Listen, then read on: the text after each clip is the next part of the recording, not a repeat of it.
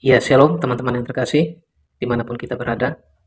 Semoga kita semua dalam keadaan sehat dan kita terus diberkati oleh Tuhan. Ya, puji Tuhan, kita kembali lagi di channel ini untuk kita mendengarkan sebuah kesaksian yang luar biasa dari seorang murtadin. Kesaksian yang sangat menyentuh hati tentang seorang muslimah yang mengalami mujizat luar biasa dalam hidupnya. Saat menghadapi pergumulan yang berat, ia bertemu dengan seseorang yang dengan penuh kasih mendoakannya dalam nama Tuhan Yesus Kristus. Sesuatu yang tidak pernah ia bayangkan pun terjadi.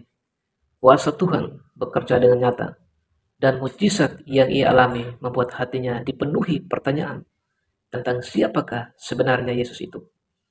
Tidak hanya mengalami pemulihan dan pertolongan yang ajaib, pada suatu hari ia juga mendengar suara yang lembut di dalam hatinya yang berkata, "Aku mengasihimu." Kata-kata sederhana itu membawa damai yang belum pernah ia rasakan sebelumnya. Sejak saat itulah ia mulai mencari kebenaran dengan sungguh-sungguh dan mengenal pribadi Yesus Kristus lebih dalam. Perjalanan pencariannya membawanya kepada keyakinan bahwa Yesus adalah satu-satunya juru selamat. Dengan penuh iman, ia mengambil keputusan untuk percaya kepada Tuhan Yesus dan menerima baptisan. Yang lebih luar biasa lagi, kasih Tuhan juga menjamah seluruh keluarganya, sehingga satu persatu mereka pun membuka hati untuk percaya kepada Yesus Kristus. Ya teman-teman yang terkasih dalam Tuhan Yesus Kristus, bagaimana kisah perjalanan spiritual dari seorang murtadin ini? Mujizat apa yang sebenarnya terjadi? Dan bagaimana Tuhan mengubahkan seluruh keluarganya? Oleh sebab itu, mari kita sama-sama saksikan kesaksian yang luar biasa ini sampai selesai. Karena Tuhan yang bekerja dalam hidupnya adalah Tuhan yang sama yang sanggup bekerja dalam hidup kita hari ini. Selamat menyaksikan, Tuhan Yesus memberkati.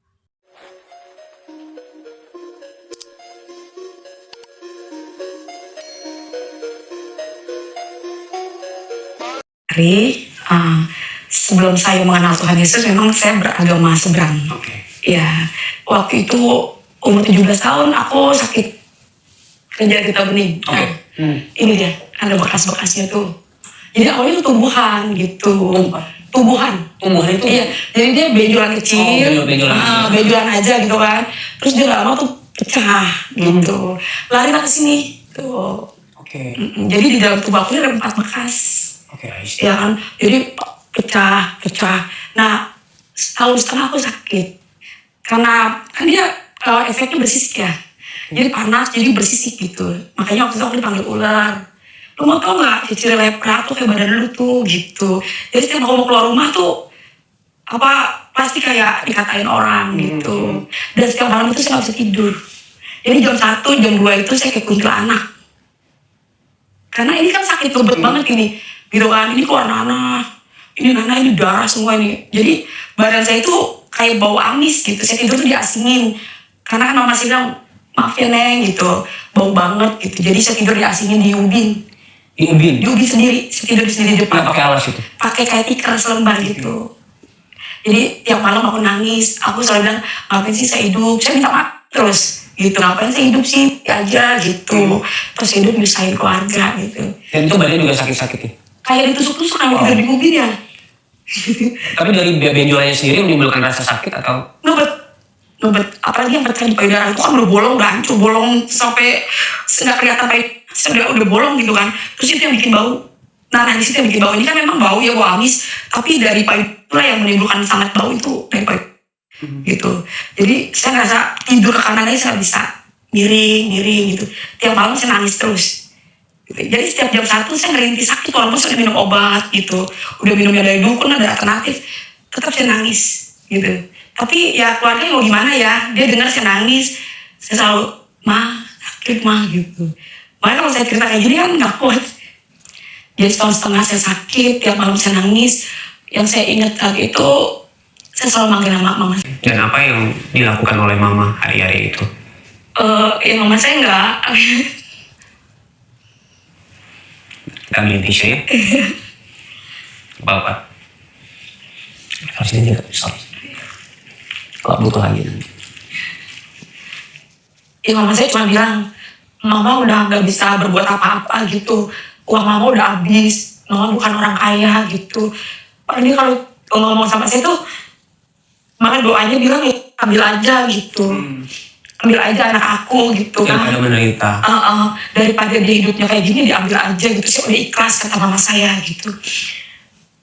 Ya mungkin kata-kata itu yang bikin saya sedih gitu kan, dan akhirnya nggak lama ada tetangga tuh pindah, karena samping rumah saya kan kosong ya, di sebelah rumah itu kosong, dan tiba-tiba saya mau diri kan. Itu siang itu saya mau diri, ngapain saya hidup sih gitu. Pakai apa waktu itu maksudnya? Saya ngambil zaman dulu kan yang disemprot kayak gitu ya, obat serangga gitu. Saya udah mau minum itu, udah mau minum, ngapain saya hidup? Pengen saya mati kan.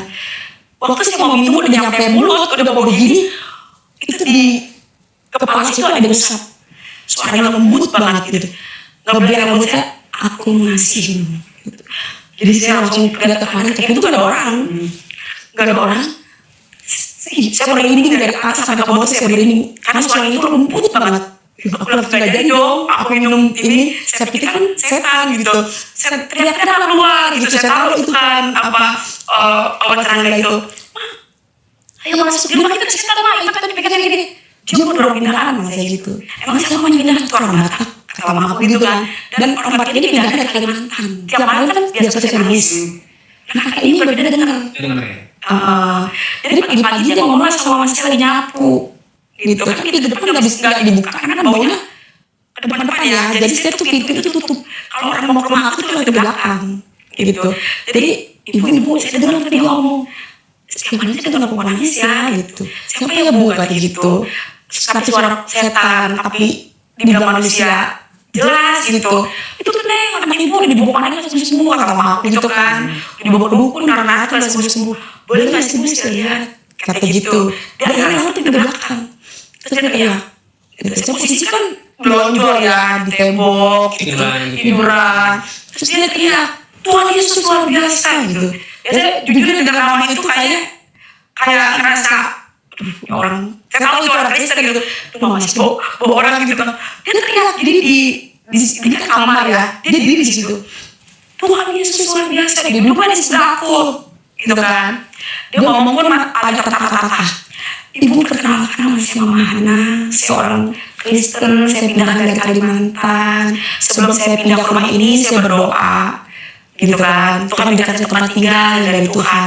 Dan sebelum saya pindah ke rumah ini, saya dapat mimpi kayak gitu. Jadi ada perempuan di dalam lumpur, tangannya tuh minta tolong. Jadi orang itu lewat banyak, nggak ditolongin sama orang itu. Nah kakak Mama Hana ini ngambil kayu yang dalam lumpur itu naik lah. Gitu kan, dimandilah sama Mama ini perempuan dari lumpur itu, karena naik bersih, habis dimandiin dia mukanya mirip aku. Jadi makanya dia teriak, Tuhan Yesus luar biasa gitu. Karena yang dilihat itu ada mimpinya dia sebelum dia pindah ke rumah itu, perempuan itu mirip aku yang dimandi dalam lumpur itu. Jadi dia bilang, Tuhan Yesus apa kalau wanita ini harus saya tolong gitu. Nah kakak ini yakinin aku dong, kakak pindah ke sini gak kebetulan deh. Kakak yakin Tuhan Yesus sayang sama kamu pasti sembuh. Saya ketawa aja gitu kan. Terus dia pulang sebentar, karena tetangga kan dia bawa minyak tuh. Tapi tempat selain gitu. Ibu ini minyak biasa, doanya pakai nama Tuhan Yesus gitu. Akhirnya ya udah, dia pulang. Minyak itu ditinggal. Dia pulang, minyak itu ditinggal di atas meja TV ya. Waktu itu malamnya seperti biasa saya mimpi sakit. Yang luar biasanya bikin saya aneh, semua obat itu habis. Hari itu. Saya minum obat ini sampai tidur. Ya kan, dari dukun kayak daun-daunan yang pahit-pahit harus diparut dulu, dibejek-bejek gitu kan. Itu habis daunnya. Dan alternatif, itu kayak jamu-jamuan itu ya, akar-akar itu habis gitu kan. Semua itu malam itu habis. Saya mikir, aduh, minum obat aja saya bisa tidur, gimana sih minum obat. Saya mau bangunin mama saya, obat habis. Tapi kayaknya di muka saya ini kayak, lu mati aja lu, gara-gara lu nyusahin gitu. Jadi saya gak mau mama saya tidur plus, karena mama saya kan kerja besok pagi tuh ngasuh anak-orang di rumah gitu kan. Jadi saya gak mau bikin mama saya bangun. Udah akhirnya, ya udah mau gak mau dong, saya lihat minyak itu. Jadi ingat omongan kakak ini, oleh sini aja deh, ada bagian yang sakit, Akhirnya soal mesin itu malam itu membuat saya tuh kayak terbingung-bingung. Saya tidur yang setahun setengah, udah minum obat apa aja yang berobat ke sono ke sini, saya nggak bisa ke kanan ke kiri. Malam itu abis saya pakai minyak urapan itu, saya tidur kayak orang pulas banget. Untuk pertama kalinya. Untuk pertama kalinya. Setelah kamu mengalami tidur yang enak, Iya. kamu pakai setiap hari itu minyaknya. Saya pakai gitu. Makanya kan namanya tetangga kan kayak itu, saya ke sebelah. Saya bilang sama dia, enak banget minyak ini gitu. Dan saya merasa saya punya teman. Kakak itu malah berbalik ya. Kakak itu nggak pernah megang dekat aku, malah akhirnya aku dikasih baju sama dia. Iya, ini kan pakai baju deh. Kakak punya baju nih yang kecil, muat gitu. Dan saya senang. Semenjak dia pindah itu saya suka. Hati saya tuh senang banget. Ih, orang ini baik ya gitu. Terus kan minyaknya kan lama habis. Ah, ini kan ngajak aku doang ide kita ibadahin. Masa nggak mau? Oke. Enggak sih kalau cerita saya nggak mau. Tapi kalau pakai minyak ini saya mau kak. Gitu. Terus dia kasih lagi gitu. Enggak, dia bilang gini, kita jalan ke mall, gitu. Jadi dia ngajak ke mall. Saya kan maksudnya gini, kakak nggak malu ya bos saya. Itu orang yang ngatain saya lepra, ngatain saya ular. Itu kan ada di depan mereka semua itu. Pada beli kan ngeliat saya. Itu kakak itu nurut saya di depan orang-orang itu. Kata saya kamu jelek, gitu. Kamu itu cantik loh deh. Tuhan sayang loh sama kamu. Jadi saya di situ, ibaratnya siapa ya? Saya tuh lihat dia seperti kayak malaikat ya. Ih, mama gue aja ngelahirin gue ya, mau makan aja tutup hidung karena bau ya. Kok ini siapa ya gitu loh. Dia saya nggak kenal dia dari mana. Semakin saya bilang kasih bau luka, saya jelek, dia semakin peluk saya. Dan saya percaya itu kalau bukan roh Tuhan di dalam dia nggak mungkin ya. Sebagai manusia biasa, nggak mungkin ini semua nanah di badan saya. Dan badan saya itu bau, sangat bau, baunya itu mau sampah, bau busuk.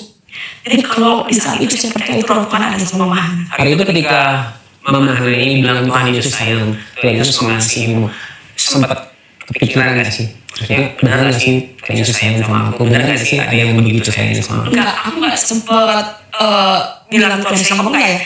Yesus itu makanya siapa sih maksudnya gitu ya. Kok dia selalu bilang Tuhan Yesus sayang sama kamu, tentang mimpi-mimpi itu memang udah ada di pikiran ya.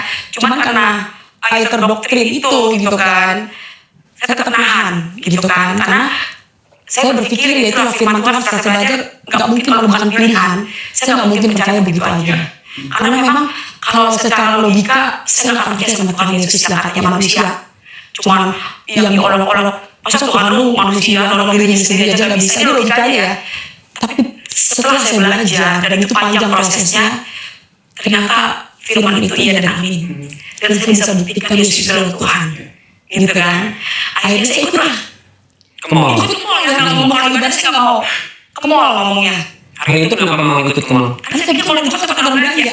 Kita namanya kita di bawah mall bosan ya. Ada hiburan lain. Iya. Seneng ya namanya orang sakit setahun setengah berjumput di rumah gitu kan. Bosan orang tiba-tiba ketemu orang gitu diajak ke mall. Ya mau dong. Nyampe di angkot yang 2 kali turun kan saya di Kalimalang. Bener mall gitu kan, seneng dong. Iya bener mall gitu.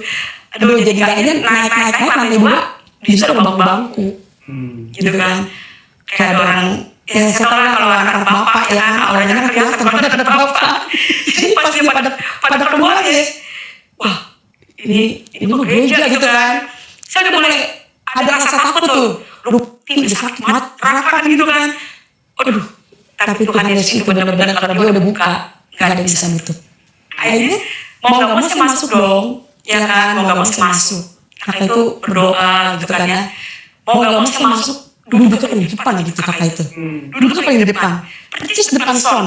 Jadi pas dia saya tutup mata kan saya takut ya, Tuhan Yesus dekat kepada orang yang hancur hatinya gitu. Namanya son kan kita walaupun umat kami di hati itu son lebih banget kenceng. Tuhan Yesus dekat kepada orang yang hancur hatinya. Sekalipun manusia memandang rupamu, engkau berharga di mata Tuhan. Kamu yang membawa beban sakit penyakit, datanglah pada Yesus gitu kan. Oleh karena biru-birunya di kayu salib gitu kan, kamu sudah sembuh gitu kan. Tuhan Yesus berfirman, marilah hai engkau yang letih lesu dan berbeban berat, datanglah padaku, pakailah kuk yang pasir ini karena aku ringan dan lemah lembut. Saya langsung, Yesus itu siapa ya gitu ya. Saya mulai penasaran siapa ya, tiba-tiba kok air mata saya jatuh gitu loh. Pas dia ngomong kau berharga di mata Tuhan, saya langsung itu setahun setengah saya nggak pernah ngerasain jingkrak-jingkrak. Orang sakit kan ya, kalau nggak diem aja gitu kan, merintih namanya ngerasain ngebet ya. Ini di dalam tempat ibadah, saya tuh jingkrak gitu kan. Sayang, disayang. Gak kuat badan saya karena ayo menari buat Tuhan. Aku disayang Tuhan gitu. Saya disitu ngerasain, ini enak banget ya gitu. Jadi selama saya sakit, saya gak pernah menemukan sukacita seperti di dalam Itu rasa takutnya hilang, nggak berasa lagi. Udah ada rasa takut, saya nggak ada yang namanya intimidasi gitu kan. Saya mengikuti kayak apa sih maksudnya, ikut alur di dalam itu, joget-joget, muter-muter, ya saya ikut. Bila roh Allah ada di dalamku, bukan menari-menari gitu kan. Saya jadi ikut menari gitu. Dan akhirnya saya pulang dari situ, saya senang. Oke. Hari itu ketika kamu pulang, nggak ada pertanyaan dari keluarga, belum tahu tuh keluarga ya. Ayah saya ada di rumah. Oke. Ayah saya udah pulang. Tapi waktu malam itu ayah saya ada di rumah. Dan Mama Hana itu selalu ngomong gitu ya, Tuhan Yesus bangkit ayah kamu kuatan. Cuma kan kita namanya manusia tetap aja ya, biar kata dia ngomong kayak gitu, saya kenal ayah saya itu sangat fanatik banget. Keras banget gitu kan, gak ada toleransi kalau ayah itu ngomongin tentang agama. Jadi kemarin nih sama mama saya, kemana sih di rumah? Keadaan sakit, hari-hari Minggu, ikut tetangga sebelah gitu kan. Dia udah langsung tahu saya diajak kemana. Dia ayah kan lagi gede, tangannya di depan pintu udah bungkus saya. Dia bukan tipe orang yang suka nyalain orang, pasti dia yang jalan pasti saya. Saya masuk, udah ada ayah saya. Udah saya duduk, sebelum saya menjelaskan sepatah kata, itu ayah saya udah tahu. Jadi saya mau ngejelasin, saya ini gak pernah cari Tuhannya. Saya ini gak pernah mau ikut agama, atau saya mau ikut kesana sini, saya gak pernah cari Tuhan. Gitu. Saya mau jelasin sama ayah saya gak berikan kesempatan itu. Saya didoktrin, semakin didoktrin. Orang Kristen itu orang kafir. Orang Kristen itu kayu bakar yang api neraka. Gitu kan? Oh iya, karena saya gak pernah baca Injil. Gitu kan? Jadi yang saya masuk itu, saya tangkap itu logika. Orang Kristen itu punya bapak, punya emak gitu kan. Jadi logika lah ya. Lihat kau, kau katanya. Kau masuk neraka. Jadi saya lihat dong. Saya lihat penyakit saya, iya. Bawa pakaian kau saya usir. Bawa pakaian kau pergi dari sini. Kau kau daripada kau ikut-ikut.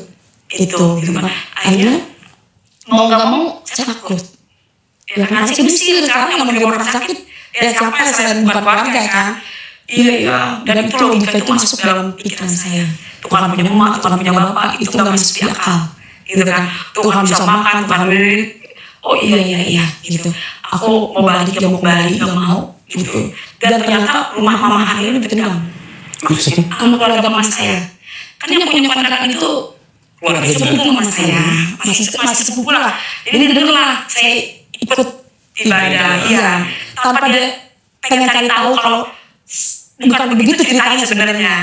Lu gak ajak lu anak-anak baru ya ke gereja gitu, temennya diusir. Sekeliling dari rumah itu. Dan saya di situ bingung. Kemarin setahun setengah saya sakit itu gak ada yang sampai heboh seperti itu. Kok pas datang orang ini, Mama ini kan baik. Dia mau jadi teman saya gitu kan. Terus saya juga jadi kayak orang nerima kekuatan gitu, jadi seneng gitu kan. Rasa teribu, kok malah diusir. Malam itu saya mimpi Tuhannya orang Kristen. Itu orang di depan saya banyak yang lewat. Tuhan, banyak banget tuh orang banyak. Saya nanya, pada ngapain sih orang? Tuhan sampai kayak ada kubah gitu kan. Itu naik ke atas kubah-kubah gitu. Orang-orang itu banyak turunan. Tuhan, terus saya lihat ke atas. Itu persis Tuhan orang Kristen yang saya suka lihat itu kayak baju jubah putih, gambar-gambar seperti itu lah. Tapi saya mukanya gak kelihatan karena saya gak bisa lihat itu terang banget ya. Aku akan kembali menjemput orang yang percaya dan yakin kepada aku. Aku bangun dong, dan aku takut. Wih, serem banget gitu. Udah tinggalin itu semua nggak dipakai gitu kan, banyak gitu. Kok mimpi itu? Saya bangun, ayah saya pulang di malam itu kan. Ya bangun ya, kenapa kok? Itu orang ditinggalin minyak orang itu. Udah orangnya udah gak ada, itu udah kasih mimpi ya. Tuh lah itu juga gak doa. Gitu kata ayah saya. Oh iya, gak gitu gak doa ya. Malam kedua saya tidur gak doa. Takut saya di mimpi Tuhan Yesus, gak mau siapa amit-amit yang saya gak mau mimpi itu takut. Saya tidur gak doa. Habis tidur gak doa. Jam 1:30 itu perkiraan jam segitu ya. Itu jadi karena bolong, ini payut tehnya sama daging itu keluar. Jadi nempel sama baju. Jadi itu keluar itu darah itu banyak. itu ucur banget. Saya nggak bisa ngomong. Saya ambil muk, itu saya timpuk karena kepala mama atau ayah saya bangun. Karena sakit gitu. Itu saya nggak ngomong, udah karena banyak darah ya.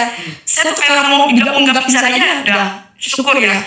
Itu banyak kali lucu banget. Jadi baju ini nempel, udah kering dari itu kering, nempel sama daging yang terkupas. Jadi daging itu di ini wah, mama saya bangun ayah saya malah nunjuk kemari. Apa udah dosa sampai anak gadisku punya penyakit kayak begini, mama saya udah ikhlas, anaknya udah kayak begini, ambil aja deh, jangan disiksa. Di situ kan saya digotong pagi-pagi, dicari puskesmas ya, karena deket kan, digotong sampai di puskesmas diomelin. Ibu anak begini baru dibawa ke rumah sakit gitu.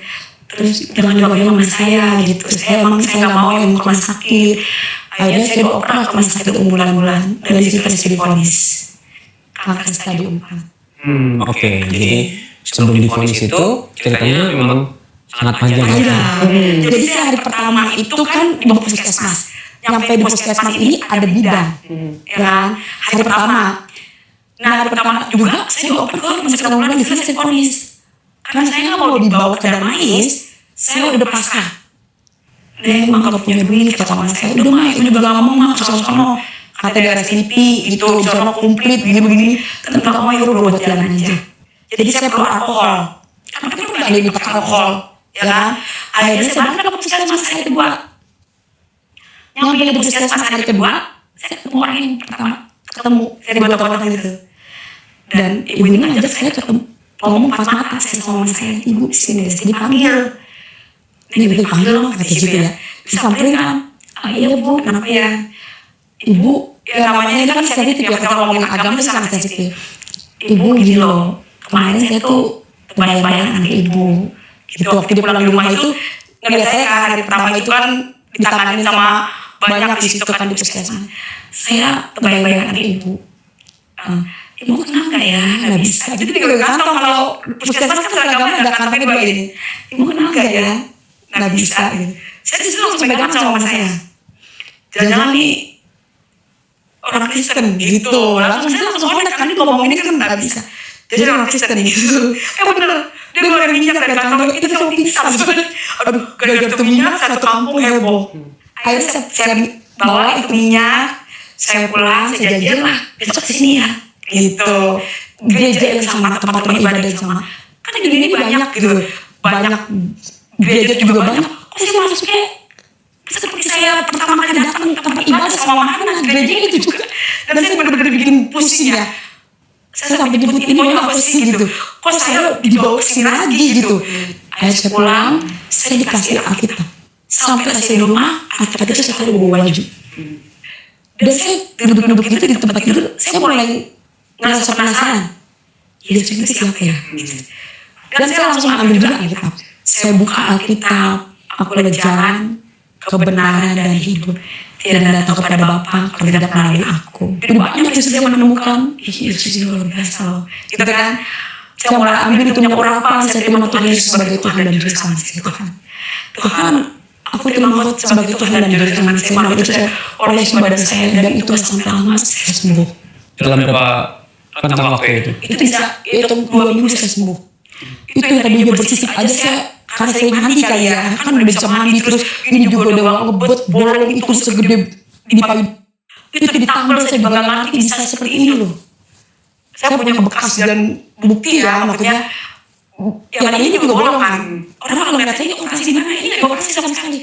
Dan ini gak operasi, bahkan kalau saya hancur, itu bisa seperti ini rapatnya. Dan saya gak tahu itulah mungkin yang bilang Tuhan itu ajaib. Bagaimana caranya benar-benar saya rapat, sembuh, dan puji nama Tuhan, saya bersyukur itu saya sembuh. Hari itu benar-benar tidak ada sakit lagi. Enggak ada sakit. Enggak pernah berdarah Enggak lagi. pernah sama sekali. Itu sembuh total. Dan bisa tidur nyenyak. Bisa tidur nyenyak. Apakah waktu itu keluarga nggak mempertanyakan? Mama saya bingung ya. Sebenarnya anak itu lebih ke bingung-bingung, heran-heran.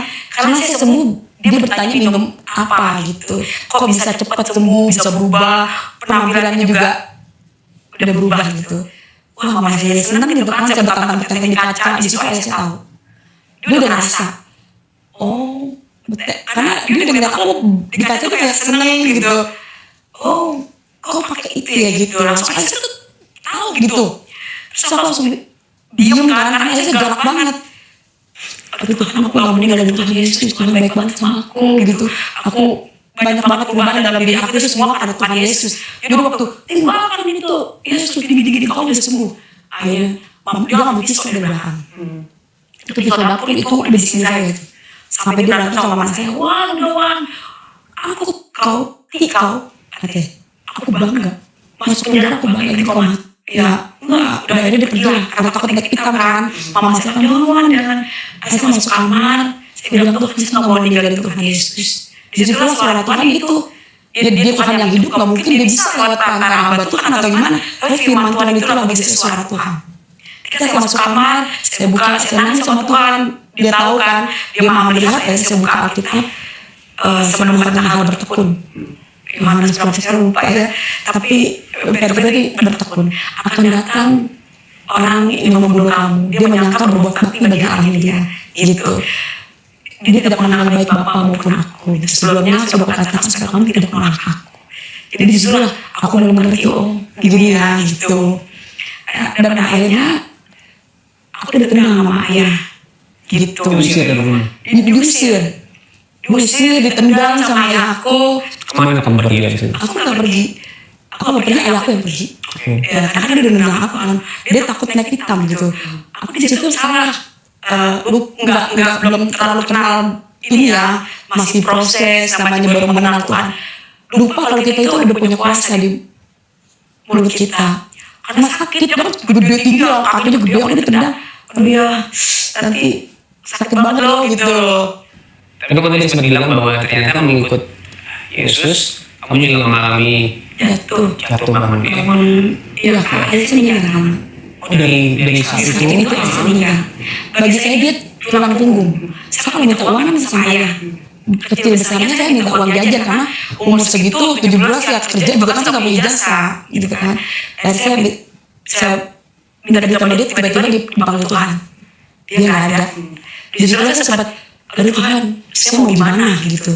Tapi buktinya di Tuhan saya hidup sampai hari ini kan seperti kecewa gitu. Ayah saya dipanggil Tuhan. Kebutuhan kan terus berjalan, ya kan? Mama saya nangis terus, adik saya masih kecil-kecil gitu. Listrik nggak ada, ya kan? WC nggak punya. Bahkan kita tuh bener-bener dibilang ini orang kalau ini aja saya sampai di plastik.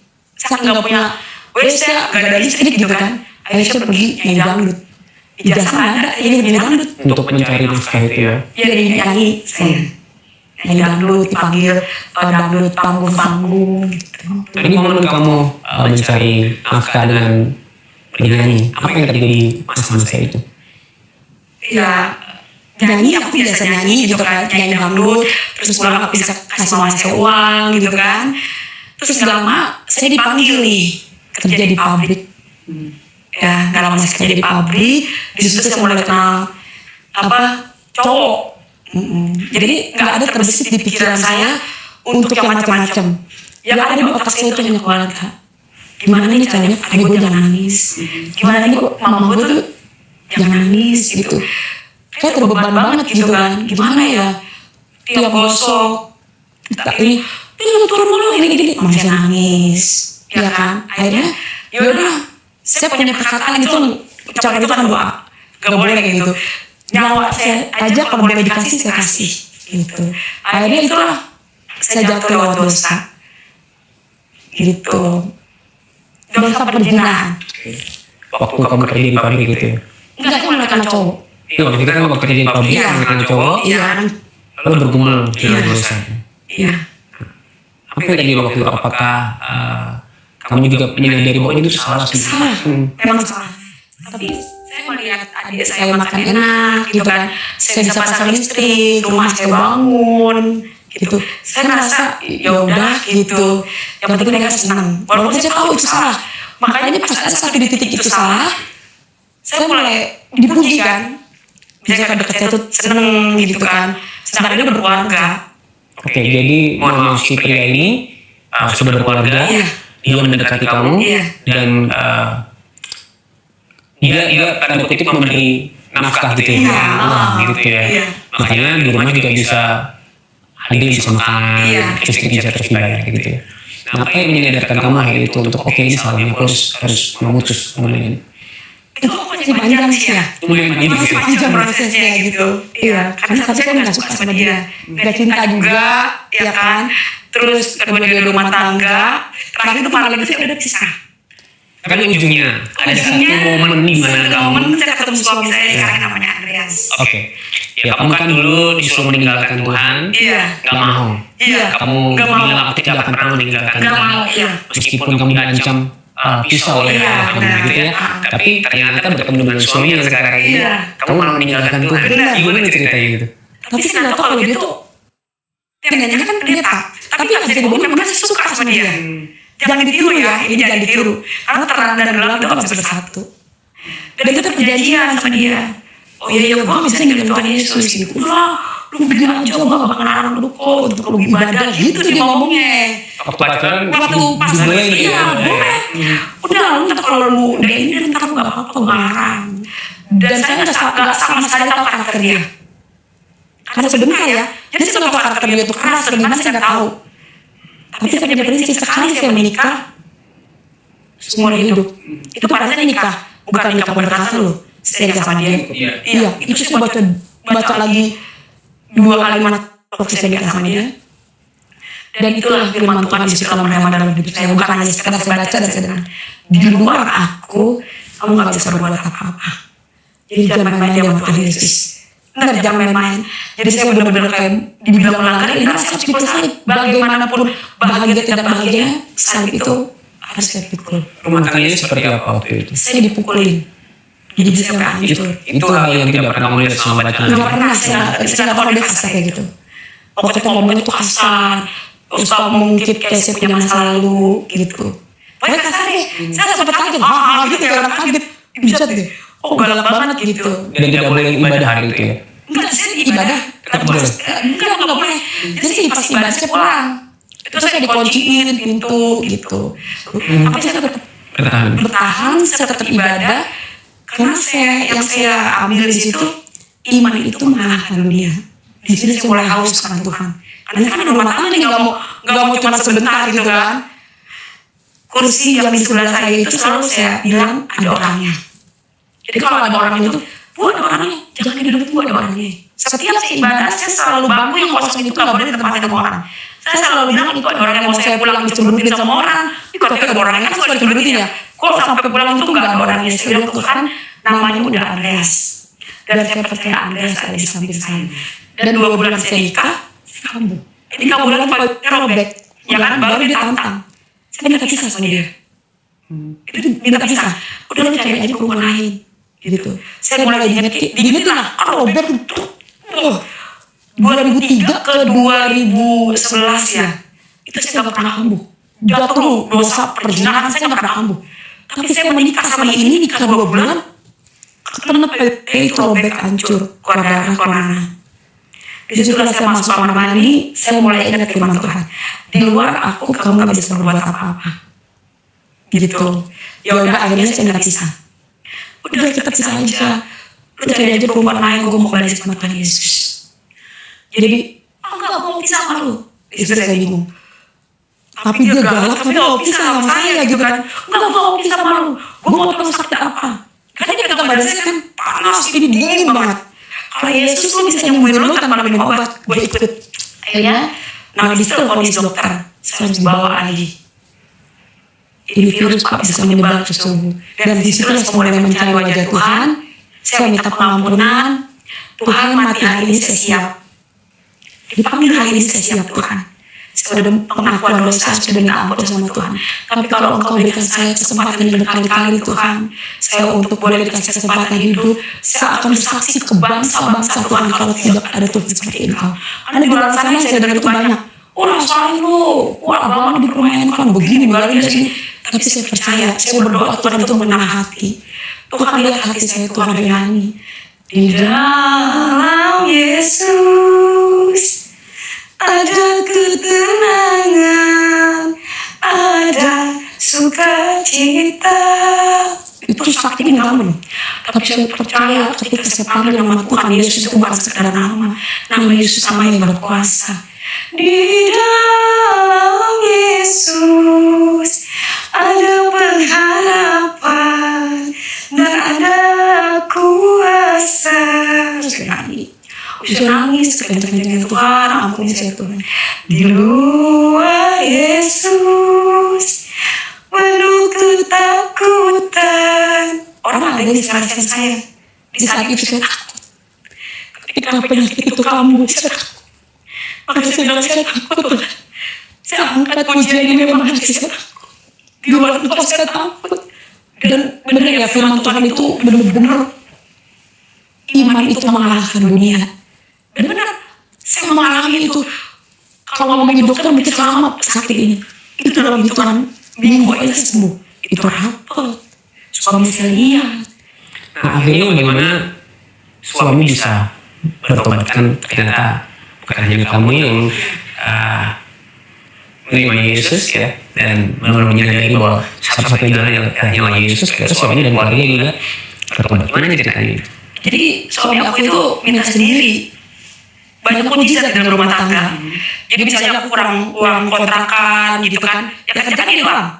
Aku kan nggak kerja, tapi Tuhan buka jalan gitu. Ada aja nih berkat dari Tuhan masuk. Aku selalu bilang sama dia, belum udah kasih makan. Jadi aku cuma pakai iman aja gitu, karena saya cuma selain dari iman juga kan kita berusaha kan. Cuma aku bilang ada aja ntar. Udah dari mana Tuhan kasih aja. Jadi saya nggak mau mikirin hal yang nggak sanggup aku pikirin. Aku tipe orang kayak gitu. Jadi kalau aku pikirin kan kita nggak sanggup ngapain sih kalau di pikiran kita gitu.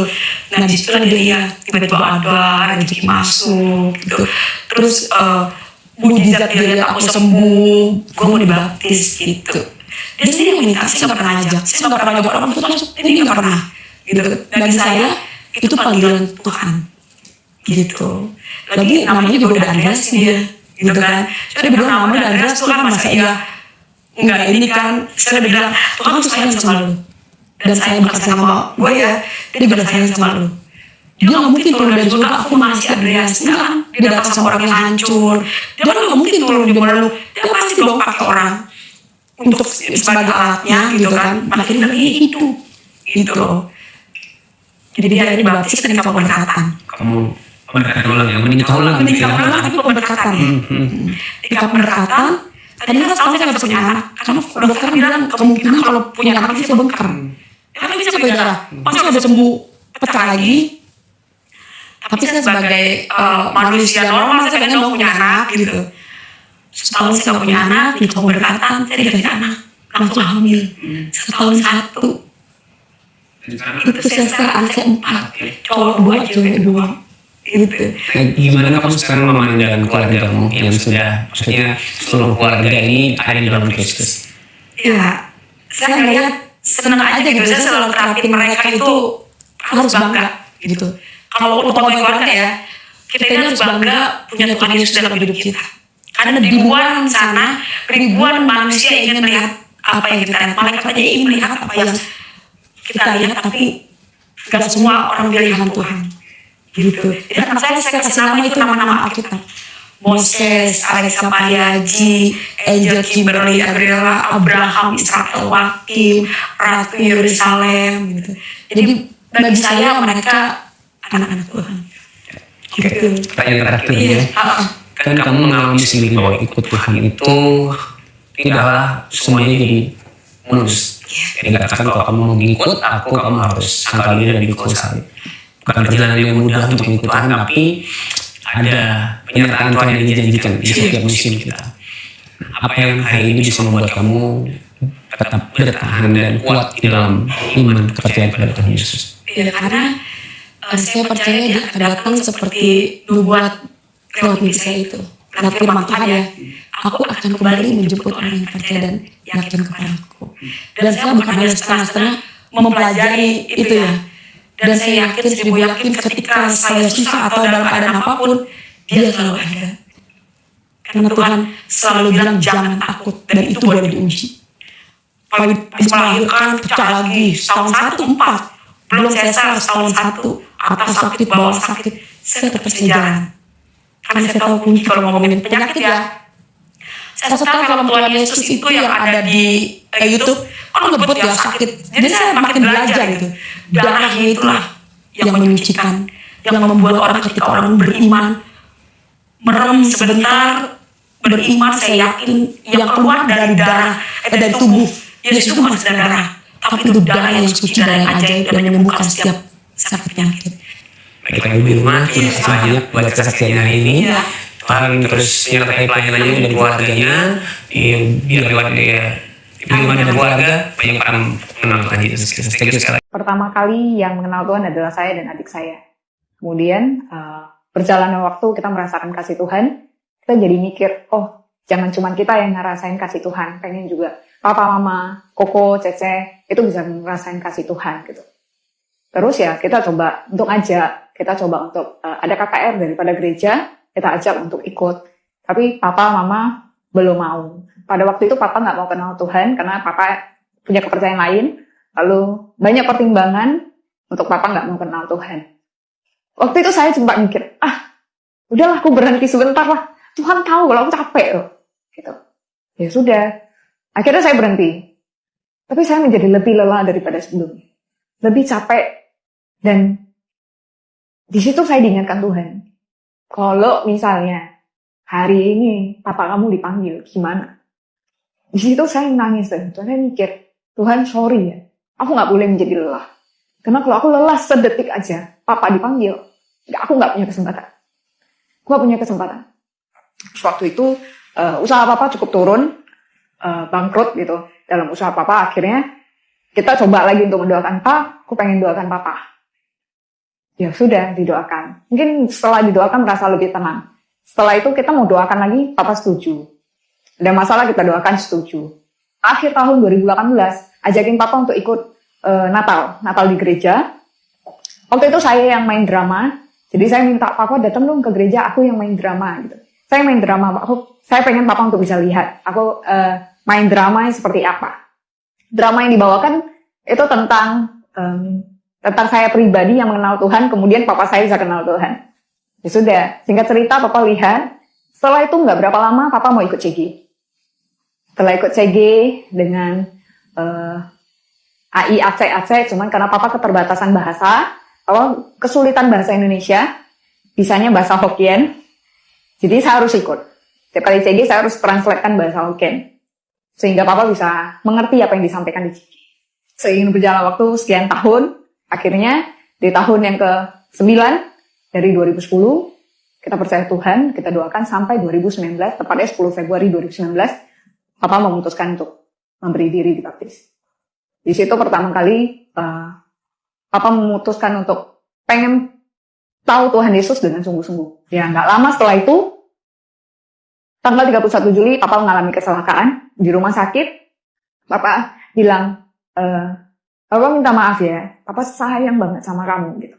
Kok nangis ya? Itu aku kayak merasa kalau bukan karena kasih Tuhan, nggak mungkin papa minta maaf. Soalnya papa ya cukup keras ya.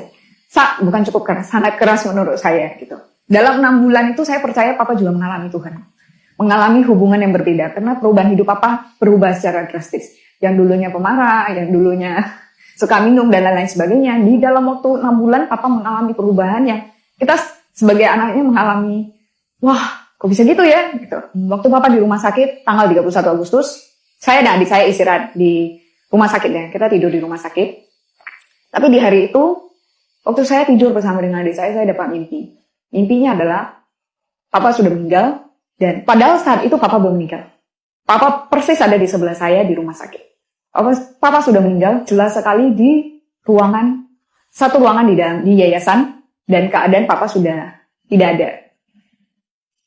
Setelah itu saya bangun, saya lihat, oh papa saya masih ada mimpi. Tuhan, aku nggak ngerti masuk mimpinya Tuhan. Tapi saat ini hatiku cukup hancur. Satu hal yang Tuhan ingatkan, persiapkan dirimu. Gak ngerti banget. Tuhan, persiapkan diri apa? Ya sudah, persiapkan dirimu. Kamu harus kuat. Karena kalau kamu tidak kuat, di hari H, kamu gak bisa. Seketika saya diam dan saya mikir, Tuhan sudah mengerjakan banyak hal dalam kehidupan Papa. Dan bahkan kami sudah menikmati buah dari pertobatan Papa. Saya mempersiapkan diri bahwa, oke, gak apa-apa, beberapa hari lagi Tuhan akan panggil Papa. Saya gak masalah. Saya akan persiapkan diri saya sebaik mungkin. Saya akan menjadi kuat, karena mungkin di hari H butuh untuk saya mengurus banyak hal. Singkat cerita, 2 hari kemudian, tanggal 22 Agustus 2019, Papa meninggal. Papa dipanggil Tuhan, berada di ruangan yayasan, satu ruangan yayasan yang sama, dengan posisi yang sama. Seperti yang ada di mimpi. Seketika saya jadi mengerti, di hari H saya tidak meneteskan air mata, bukan karena saya tidak mengasihi orang tua saya. Tapi saya tahu, Tuhan persiapkan aku terlebih dahulu. Tuhan mengizinkan saya untuk dapat mimpi ini, untuk mengerti bahwa keselamatan itu segitu pentingnya. Segitu sayangnya. Bagi keluarga yang saat ini, keluarganya mungkin masih diperjuangkan untuk berdoa ya. Tuhan itu lebih mengasihi keluarga kita dibanding kita. Waktu kita memperjuangkan, Tuhan di belakang tuh lebih memperjuangkan. Saya tidak akan menjadi lelah. Karena 9 tahun saya bisa lewatin berarti tahun ke-10, 11, 12, gak masalah asal bersama dengan Tuhan. Pastikan diri kita untuk tetap berada di dalam doa, atau tidak kita menjadi lelah, karena keselamatan itu penting adanya. Kita nggak pernah tahu 1 detik dari sekarang apakah keluarga kita sudah diselamatkan atau belum. Jadi, ayo kita sama-sama doakan keluarga kita. Terima kasih. Ya, puji Tuhan, teman-teman yang terkasih, kita telah mendengarkan kesaksian yang luar biasa tentang bagaimana kasih Tuhan menjamah kehidupan seorang muslimah hingga mengalami mujizat, mendengar panggilan kasih dari Tuhan, dan akhirnya percaya kepada Yesus Kristus sebagai juru selamatnya. Bukan hanya hidupnya yang diubahkan, tetapi seluruh keluarganya juga mengalami sentuhan kasih Tuhan dan memilih untuk mengikuti Yesus. Kesaksian ini mengingatkan kita bahwa tidak ada seorang pun yang terlalu jauh untuk dijangkau oleh kasih Tuhan. Ketika Tuhan memanggil, Dia melakukannya dengan kasih, kelembutan, dan kuasa yang sanggup mengubah hidup seseorang secara total. Tuhan mengenal setiap orang secara pribadi dan rindu memberikan damai sejahtera serta keselamatan kepada semua yang datang kepadanya dengan hati yang terbuka. Dalam firman Tuhan berkata dalam Yohanes 3 ayat 16, sebab begitu besar kasih Allah akan dunia ini, sehingga Ia telah mengaruniakan anaknya yang tunggal, supaya setiap orang yang percaya kepadanya tidak binasa, melainkan beroleh hidup yang kekal. Dan dalam Yohanes 14 ayat 6, Tuhan Yesus berkata, Akulah jalan dan kebenaran dan hidup. Tidak ada seorang pun yang datang kepada Bapa kalau tidak melalui aku. Ya teman-teman yang terkasih, kiranya kesaksian ini boleh memberkati kita, menguatkan iman, dan mengingatkan kita akan besarnya kasih Tuhan bagi setiap manusia. Jika video ini memberkati teman-teman, jangan lupa untuk dukung perkembangan channel ini dengan cara like, komen, dan subscribe. Juga dibagikan kepada orang lain, kepada keluarga, kawan dan kenalan, agar mereka boleh mendengar kabar baik tentang kasih dan keselamatan di dalam Tuhan Yesus Kristus. Sampai jumpa di video berikutnya. Tuhan Yesus memberkati kita. Shalom.